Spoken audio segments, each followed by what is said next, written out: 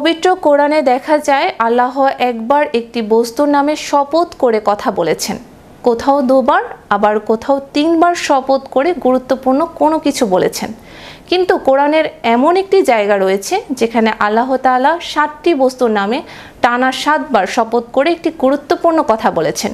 কিন্তু কী কারণে আল্লাহ টানা 7 বার শপথ করেছেন, বিস্তারিত থাকছে ডেস্ক রিপোর্টে।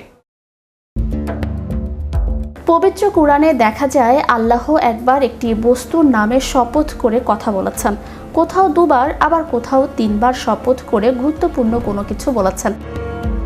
কিন্তু কোরআনের এমন একটি জায়গা রয়েছে যেখানে আল্লাহ তাআলা 7টি বস্তুর নামে টানা 7 বার শপথ করে একটি গুরুত্বপূর্ণ কথা বলেছেন। কিন্তু কি কারণে আল্লাহ টানা 7 বার শপথ করেছেন? আর সেই কথাটি রয়েছে 30 নম্বর পারার সূরা শামসের ভেতরে। এই সূরার শুরুতে আল্লাহ তাআলা তার সৃষ্টি জগতের অতি গুরুত্বপূর্ণ এবং সবচেয়ে বড় 7টি সৃষ্টির নামে শপথ করে অতঃপর একটি গুরুত্বপূর্ণ কথা বলেছেন। নিঃসন্দেহে একজন মুমিনের কাছে এটি অত্যন্ত গুরুত্বপূর্ণ প্রশ্ন। আমার রব গোটা কোরআনের কোথাও এত বেশি সংখ্যকবার একাধারে শপথ করে কোনো কথা বলেননি যেমনটি তিনি সূরা শামসে বলেছেন। তাহলে কি সেই গুরুত্বপূর্ণ কথা?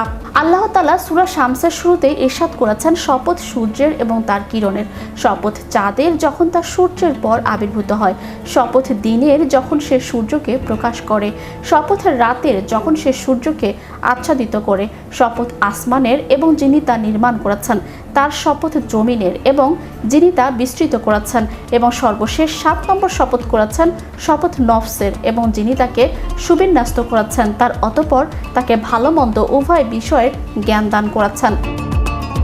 উল্লেখিত আয়াতসমূহে আল্লাহ তাআলা চন্দ্র সূর্য দিন রাত আসমান জমিন এবং মানুষের শপথ করে যে গুরুত্বপূর্ণ কথাটি বলেছেন তা হলো এই পৃথিবীতে আল্লাহ সৃষ্টি জগতের ভেতরে সফল সার্থক জীবন সাধনে সিদ্ধ একমাত্র সেই ব্যক্তি যে নিজেকে সংশোধন করতে পেরেছে, আর সেই ব্যর্থ হয়েছে যে নিজেকে কলুষিত করেছে।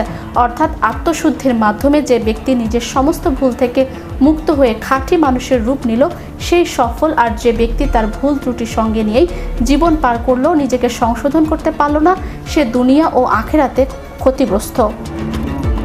কথাটি শুনতে হয়তো ছোট মনে হচ্ছে, কিন্তু আসমানের জমিনের মালিকের কাছে তা অত্যন্ত গুরুত্বপূর্ণ, যে কারণে তিনি কথাটি বলতে গিয়ে টানা 7 বার শপথ করেছেন। কাজেই বোঝা গেল একজন মুমিনের কাছে আত্মসংশোধনের চেয়ে গুরুত্বপূর্ণ কোনো ইস্যু তার জীবনে হতে পারে না। আল্লাহ আমাদের সকলকে আত্মসংশোধনের তৌফিক দান করুন। Magic Bangla TV news desk.